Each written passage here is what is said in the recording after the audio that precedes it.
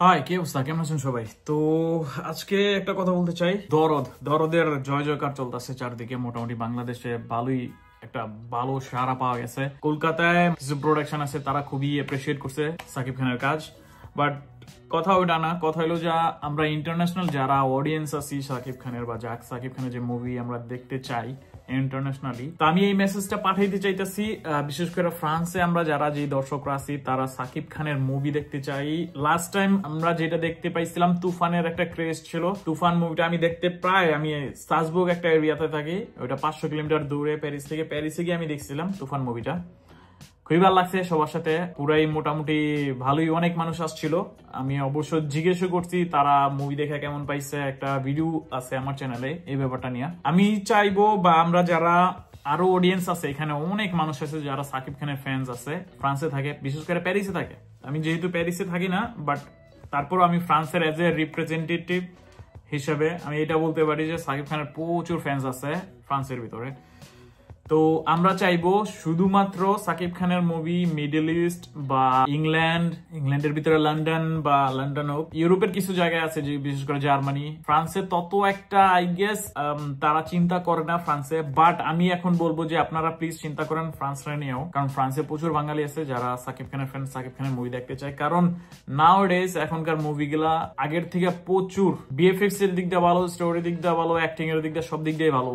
মানে তো why not, আমরা চাবো যে এখান আমরা যে অডিয়েন্স আছি যারা বইসা থাকি ইন্টারনেটে সাকিব খানের মুভি দেখার জন্য, আমরা অবশ্যই চাইবো যে আপনারা এখানে ডিস্ট্রিবিউট করেন। এখানে একটা ভালো অডিয়েন্স আছে ফ্রান্সে। Shakib Khan his become something তারে ভাইঙ্গা চূড়া ডিফারেন্ট লেভেলে নিয়ে গেছে সাকিব খান। এখন day by day every year তার ফলোইং বাড়তেছে, এভরি ইয়ার তার ফ্যান ফলোইং বলেন, চাহিদা যে একটা ক্রেজ আছে দর্শকের ভিতরে, এই জিনিসটা ডে বাই ডে বাড়তেছে। প্রতিটা মুভি দিয়েই সে প্রমাণ করতেছে he is a good actor, he is good looking, he is smart, he is capable of doing different varieties of movies. So আমরা এখানে ওয়েট করতেছি ফ্রান্সে কবে তার মুভিগুলা আসবে। আমরা তুফান দেখছি, আমরা চাই দরদ আসুক। এখন দরদের জন্য ওয়েট করতেছি। বিশেষ করে আমি একটা ইন্টারন্যাশনাল রিলিজের একটা চার্ট পাইছি, এটা হচ্ছে BMR একটা পেজ থেকে। তারা ওইখানে ওই পেজটাতে তারা ওইখানে বাংলাদেশি মুভির যত ইনকাম কত হয় বা কতগুলা হল পাইছে বা কি হয়েছে বিভিন্ন মুভির, বাংলাদেশের হোক বাহিরের হোক, যেই সব মুভিগুলা বাংলাদেশে রিলিজ পায় ওইটা নিয়ে একটা ইনফরমেশন দেয় আর কি, প্রচুর ইনফরমেশন পাওয়া যায়। তো এখানে একটা ওরা চার্ট দিছে এখানে, যেমন এখানে দরদ দুবাইতে মুক্তি পাবে, শারজাতে মুক্তি পাবে, Ajman I don't know where is it. Shakib Khan কিছুদিন আগে এসকের একটা ইভেন্টে গেছে, ওইখানে সে বলছে যে না দরদ মুভিটা তারা ইন্টারন্যাশনালি আরো বিভিন্ন দেশে মুক্তি দেবে। ওইটার ভিতরে আছে লন্ডন আছে, ইউএসএ আছে, মেবি কানাডা, মেবি অস্ট্রেলিয়া আছে, জার্মানি বলছে সাকিব খান। এটা ফ্রান্সের কথা বলে নাই, বাট আমি অবশ্যই বলবো যে না আপনারা এই জিনিসটা আপনারা নেন, এখানে প্রচুর দর্শক আছে দেখার মতো। ওকে, ভিডিও এডিট করার সময় আমি কিছু আপডেট পাইছি দরদের ইন্টারন্যাশনাল রিলিজ সম্পর্কে, যেটা আমি বলতে চাইছিলাম যে ফ্রান্সে তারা কেন আসতেছে না।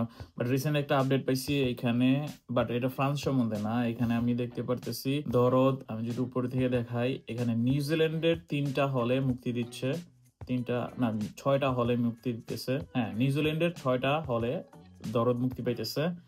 দেন আছে অস্ট্রেলিয়া প্রায় অনেকগুলা হল, মানে এখানে সবকিছু নাম্বার সহ দেওয়া আছে। আমি যদি এখানে দেখাই, Bankstown, Blacktown, Event Cinema, Liverpool, অস্ট্রেলিয়াতে অনেকগুলা হলে, এখানে সিডনি আছে, মেলবোর্নে আছে যারা থাকেন, ডারউইনে আছে, ক্যানবেরাতে আছে, মোটামুটি বড় বড় সিটি যেগুলো আছে ওইগুলাতে আপনারা পাইতেছেন এখানে অস্ট্রেলিয়াতে দরদের রিলিজ। দেন আমি যদি আসি কানাডাতে টরন্টোতে আপনার সেন্ট্রাল পার্কওয়ে সিনেমা একটাতে, এক সাইডটাতে, আর একটা হচ্ছে উডসাইড স্কোয়ার সিনেমা, আর একটা হচ্ছে নিউ ইয়র্কে আছে, জর্জিয়াতে আছে, ফ্লোরিডাতে আছে, ক্যালিফোর্নিয়াতে আছে, মিশিগানে আছে, ভার্জিনিয়াতে আছে, অরেগন আছে, ওয়াশিংটনে আছে, ইন্ডিয়ানাতে আছে, টেক্সাসে আছে, নেভাডাতে আছে, নিউ ইয়র্কে আছে, অনেকগুলা স্টেট অঞ্চলের ভিতরে পাইতেছেন দরদ মুভিটা। তো আমি যেটা চাইছিলাম, যেটা আমরা বলছি ফ্রান্সে কবে আসবে এটার একটু আপডেট জানাইতে পারলে ভালো হইতো। আমি কোনো আপডেট পাইতেছি না। অবশ্যই ভিডিওটা যারা দেখবেন তারা জানাবেন ফ্রান্সে কবে আসতেছে। তো এটা আজকের আপডেট ছিল, আমি জাস্ট কিছুক্ষণ আগে পাইছি। ওকে, তাহলে মেইন ভিডিওতে চলে যাই। We are ready.